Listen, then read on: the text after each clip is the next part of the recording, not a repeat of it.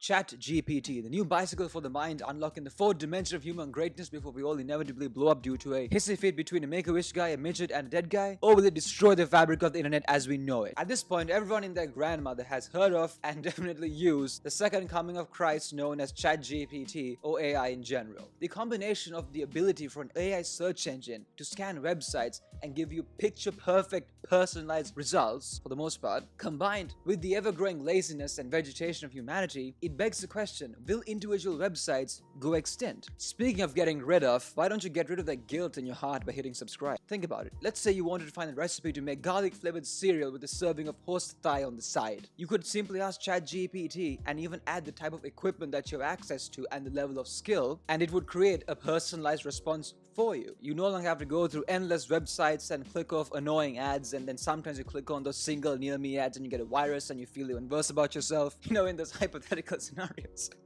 AI search allows you to get rid of the middleman between your query and the information, which in this case the middleman is a website and just going to give it right to you. And also when you take into account the fact that most of our searches are pretty basic crap, the answers from ChatGPT or Bing or whatever it is that you're using is going to be more than enough. The only exception would be searching for a specific type of content, but AI is taking over that as well, so they still win. This is going to lead to a massive decrease in traffic to individual websites, and since these guys rely on traffic to make money from ads or subscriptions, a massive decline is going to kill a lot of them. I understand the results are not perfect and subject to bias, and sometimes the AI seems like it's going through puberty and throws a hissy fit. And in the case of ChatGPT, the information that it has, I think it's 2 years old, but most people don't care. We all prioritize convenience over everything else. It's the reason why we virtue signal about how evil Amazon is and then proceed to order something from them. Who cares that Amazon abuses its workers and forces them to pee in bottles? Pee is pee at the end of the day. It looks like orange juice. Here's something as orange juice. And as time goes on and